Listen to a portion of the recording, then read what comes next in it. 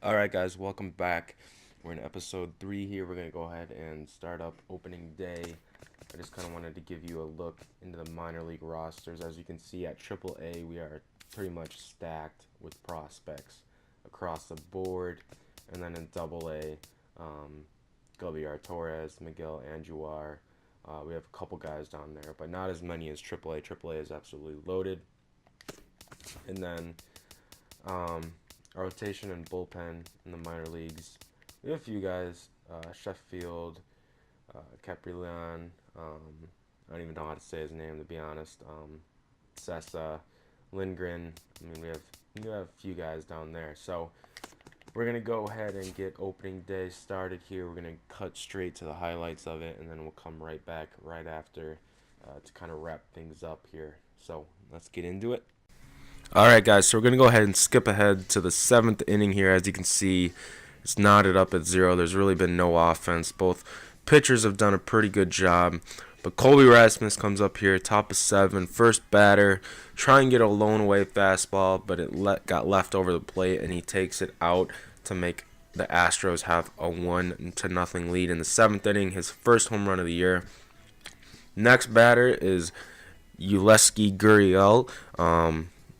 Astros signed him kind of in the middle of the season, prospect from Cuba. He's about 30 years old, and he gets his first major league career home run at bat after his first career hit. 419 feet, as you can see, again, just leaving it over the plate. Skip ahead to the bottom of the 8th here. Runners in scoring position at second and third. Ellsbury's up at the plate, rolls over a lone away changeup to get in the runner from third. Next batter is Gardner, and he flies out to left field to, kind of get the Astros to limit the damage. In the top of the 9th here, again, try to get a lone away fastball to Colby Rasmus, and he takes it out to deep right center field for his second home run of the game. Now bring in Greg Holland, who shuts it down in the top of the 9th. And in the bottom of the 9th, we don't get anything across. So there you see the box score. That's it. All right, guys, so that wraps up opening day. We take the 3-1 loss against Houston. Tanaka takes the loss on the bump. He pitched pretty good. 6 innings pitched, 7 strikeouts. He gave up 2 runs, both coming off the long ball. Had 7 strikeouts. That's kind of the MO of the Astros. Strike out a lot, but they hit a lot of home runs. So let's go ahead and wrap up this series here. So we get swept to open up the season. 2-3 loss in the finale, and a 7-11 loss in the game 2. So I'm going to go ahead. We're kind of going to do something different here. We're not really going to play a bunch. We're going to sim more, especially to start out the season. So we're going to go ahead and sim this Detroit series as well. Chance Adams goes ahead and tears a finger ligament, goes down for about 2 months, and he's down in AA. Go ahead and throw him on the 60-day DL, and go ahead and take a look at this AA pitching rotation. So the biggest thing really isn't, like I said, we're not going to be playing a bunch of games here. Like I said, especially to start out the season, we're just kind of going to sim, just to kind of move things along. The Yankees are not they're not like the Cubs. They're not like these better teams where they're going to win a bunch. It's kind of going to be a process. And then we're going to go ahead and sim the Toronto series actually as well. Twins are interested in an offer. Luis Sessa for Kurt Suzuki. We already have Sanchez.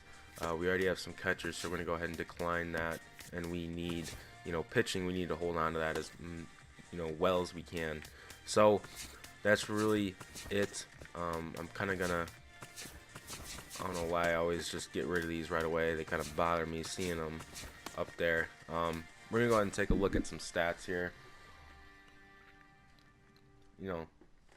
Just see how everyone's doing. Ellsbury off to a slow start. Gardner off to a slow start. Butler off to a slow start. Bird is doing average. McCain average. Castro average. Didi Groys is pretty hot right now. Headley's struggling. And Dustin Ackley's doing all right. Teixeira still looking for that first hit of the year. Sanchez doing all right in 15 at bats. and everyone else is doing decent. It's a little early, I guess you could say, to be looking at stats and see how everyone's doing. The rotation's doing decent. Pineda needs to get that ERA down as well as Evaldi, especially the whip, and in the bullpen, everyone's kind of struggling as of right now. So, Betances has 2 saves already. So yeah, that's really it. That's really gonna wrap up this episode. We're gonna get into the Seattle series here in episode 3. We are sitting 3-6 right now. Seattle's coming in hot, 8-1 in their first 9 games. So hopefully we can kind of right the ship here and close out April on a high note and head into the long, grueling season. Hot. There's going to be hot and cold stretches in baseball, but you want to kind of limit the cold stretches and expand the hot stretches. It's kind of the name of the game. So that's really it, guys. I'll see you guys in episode 3, where we jump into the Seattle series at home. Kind of have a home stretch here with Seattle, Oakland, and Tampa Bay. So that's really it. I'll see you guys in episode 3.